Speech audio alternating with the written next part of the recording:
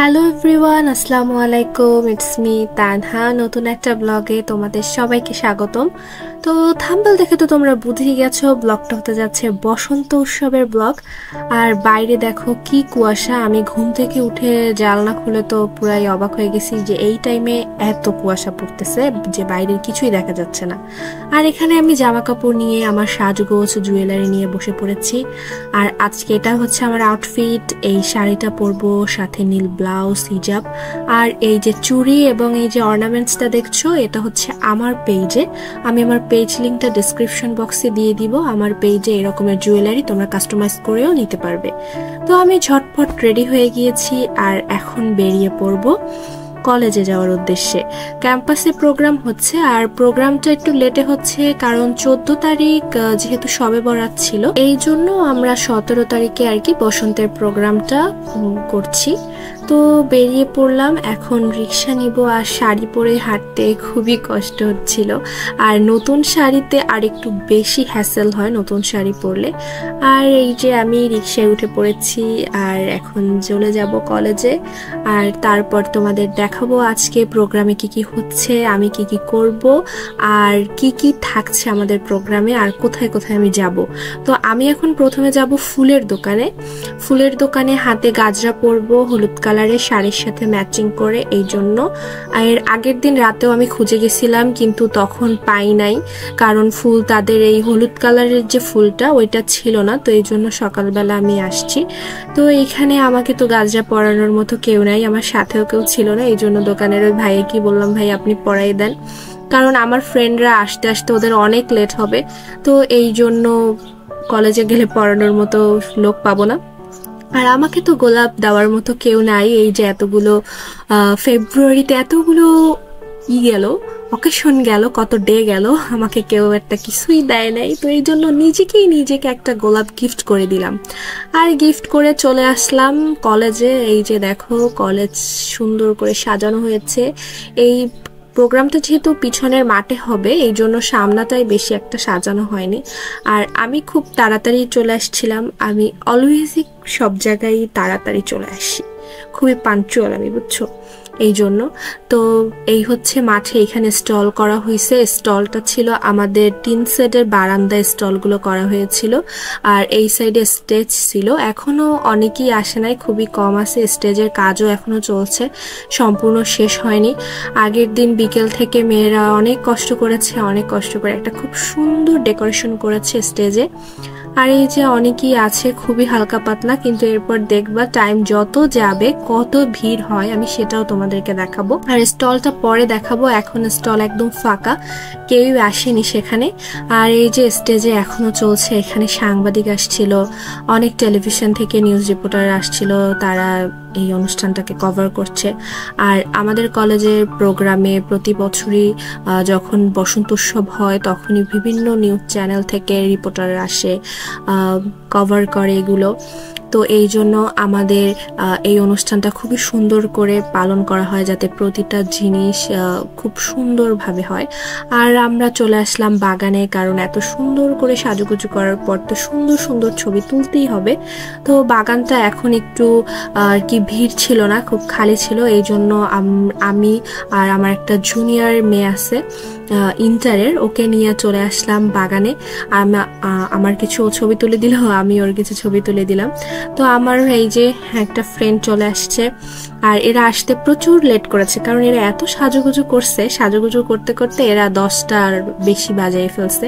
তো আর দেখো অলরেডি কিন্তু ভিড় হয়ে গেছে পিছনের মাঠে, তারপর সামনে, মানে কোথাও ফাঁকা ছিল না। বাগান, তারপর আমাদের ডিপার্টমেন্টের সামনে যে আমরা একটু ছবি তুলবো সবাই গ্রুপ ফটো, সেটাও তুলতে পারি নাই। আর এখন উদ্বোধনী সঙ্গীত গাওয়া হচ্ছে।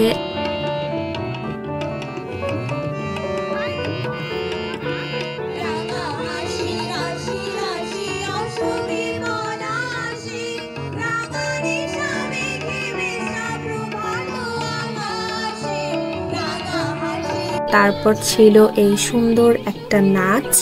এই নাচের পর কবিতা আবৃত্তি ছিল, আরো কয়েকটা অনেকগুলো নাচ ছিল, প্রোগ্রাম একদম 2টো পর্যন্ত চলেছে। আর আমি চলে আসলাম খাবারে। আমার মতো ফুডি মানুষ খাবারের থেকে বেশি একটা দূরে থাকতে পারে না, এই জন্য স্টলে ঘুরে ঘুরে দেখলাম যে কি কি খাবার উঠেছে। অনেক রকমের ভ্যারাইটি ছিল, ফাস্ট ফুড আইটেম ছিল, মিষ্টি আইটেম ছিল, আর এইখানে বিভিন্ন ধরনের কসমেটিক্স, ক্লিপ, সবার হ্যান্ডক্রাফটের এগুলো আইটেম ছিল। আর আমার স্টল নেওয়ার ইচ্ছা ছিল, কিন্তু আমার এই স্টলটা নেইনি, কারণ স্টল দিলে ওখানে আমাকে পর্যাপ্ত সময় দিতে হতো, আমি একটু মজা করতে পারতাম না। এই জন্য ভাবলাম যে বসন্তে একটু এনজয় করি। তারপর যেহেতু একটা লম্বা ছুটি আছে, কলেজে আসতে পারবো না, সারাদিন বাসায় থাকতে হবে, এই জন্য আর ওদিনকার আমি স্টল নেইনি। আমাদের ডিপার্টমেন্ট থেকে অন্য সিনিয়র আপুরা স্টল দিছিল। তো এটা হচ্ছে আমার একটা ফ্রেন্ডের স্টল, সেখানে আসলাম দেখার জন্য ওরা কি কি আইটেম এনেছে। তারপর আমি অনেকগুলো খাবার আইটেম টেস্ট করেছিলাম এবং খুব ইয়াম্মি ইয়াম্মি ছিল খাবারগুলো, সেগুলো আমি তোমাদের দেখাবো। ফার্স্টে আমি ট্রাই করেছিলাম এই ছোট ছোট চিকেন ফ্রাইগুলো, 20 টাকা করে পিস ছিল, কিন্তু এটার টেস্টটা আমার অতটা ভালো লাগেনি। আর এই যে এখানে ফটোশুট চলছে, আর আমাদের মিঙ্গেল বান্ধবী ফোনে কথা বলছে। আর এই যে দেখো কত ভিড়, সময় যখন আর কি আস্তে আস্তে বাড়তে থাকে, আমাদের কলেজে ভিড়ও আস্তে আস্তে বাড়তে থাকে। আর অ্যাগেইন আমি খাবার স্টলে চলে আসলাম আরও কিছু টেস্ট করার জন্য। তো আমি একটা স্টল থেকে, এটা একটা আপুর স্টল ছিল আমাদের কলেজে, ওখান থেকে আমি অনেকগুলো খাবার আইটেম ট্রাই করেছি, চিকেন স্যান্ডউইচ, তারপর আরও অনেক কিছু। আর এইখানে দেখো, এখানে আমার সবচেয়ে ভালো লাগছে কি, আমি তোমাকে ফোকাস করে দেখাবো।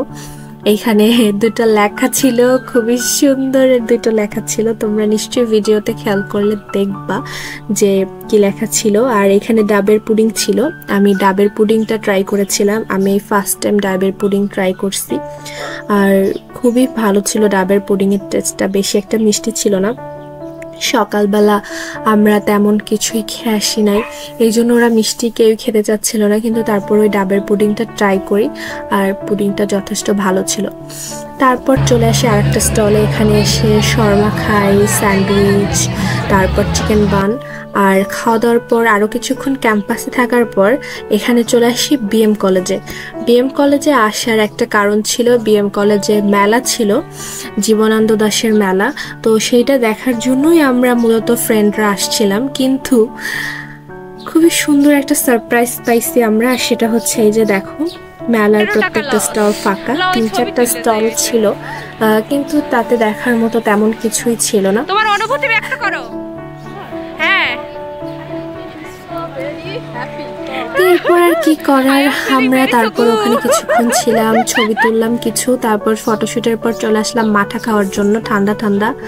আর এই মাঠাটা সত্যি জাস্ট অস্থির ছিল। আমি অনেকগুলো মাঠাই ট্রাই করেছি বিভিন্ন জায়গার, কিন্তু তার মধ্যে আমার এই মাঠাটা সবচেয়ে ভালো লাগছে। আমি 2 গ্লাস খেয়েছি এই মাঠাটা। এবার বিদায়ের পালা, তো আমরা আরো কিছুক্ষণ এখানে ঘোরাঘুরির পর এবার বাসায় ফিরতে হবে, আমরা বেরিয়ে পড়বো বাসার উদ্দেশ্যে। তো আজকের ব্লগটা এই পর্যন্তই। আমার বিজনেস পেজের লিঙ্কটা আমি পেজে দিয়ে দিব, সেখানে তোমরা কাঠের জুয়েলারি, হলুদের জুয়েলারি, আরো বিভিন্ন ধরনের রুম ডেকোরেশনের আইটেম পাবে, সবই হ্যান্ডমেড। তো পেজটা ভিজিট করতে ভুলবে না। আর ব্লগটা কেমন লাগলো সেটা অবশ্যই জানাবে। সামনে আরো ব্লগ আসবে। আল্লাহ হাফেজ।